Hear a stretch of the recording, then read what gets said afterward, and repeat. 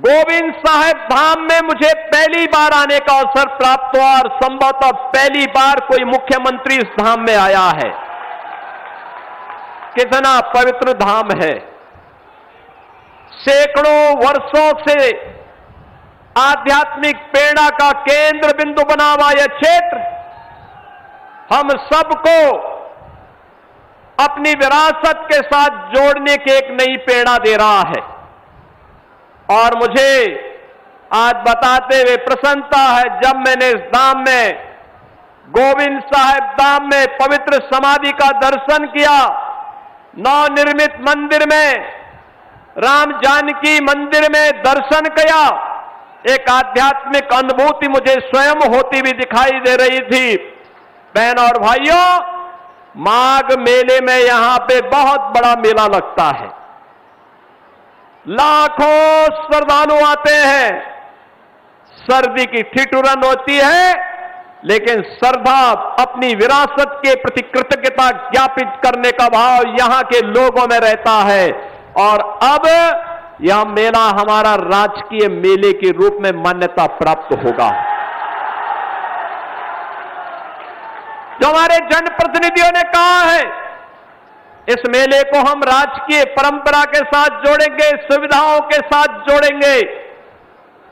वैसे भी आज मुझे जाने का अवसर प्राप्त हुआ, जब मैं विगत वर्ष आया था कटहरी चुनाव के तत्काल बाद, तब 1500 करोड़ रुपए की सौगात, यहां का उपहार, यहां का कर्ज चुकता करने के लिए मैं कटहरी में आया था।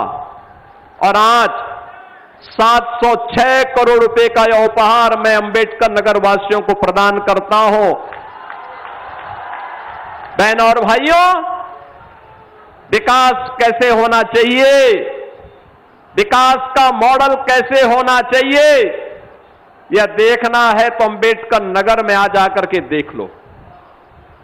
एक नहीं, दो एक्सप्रेसवे के साथ आपका अंबेडकर नगर जनपद जुड़ा हुआ है, दो एक्सप्रेसवे के साथ में।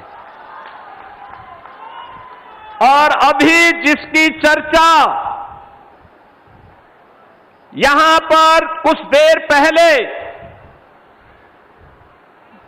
जिस बात की चर्चा रितेश पांडे जी और श्री हरिओम पांडे जी कर रहे थे, नॉर्थ साउथ कॉरिडोर में भी हम लोग सिद्धार्थनगर के बांसी से होते हुए, बस्ती होते हुए और प्रयागराज को जोड़ने और चित्रकूट से लेकर के फिर हम सुदूर दक्षिण भारत तक उस मार्ग को पहुंचाने का काम कर रहे हैं। उसका केंद्र बिंदु भी हमारा अंबेडकर नगर जनपद बनने जा रहा है। अंबेडकर नगर जनपद से ही उसको हम आगे पहुंचे, प्रयागराज तक पहुंचाएंगे। विकास के कार्यों की कमी नहीं। यहां के मेडिकल कॉलेज में क्रिटिकल केयर ब्लॉक का निर्माण करके यहां के लोगों को ट्रॉमा की सुविधा प्राप्त हो, इमरजेंसी सेवाएं प्राप्त हो, आज सरकार ने इन सभी कार्यों को किया है।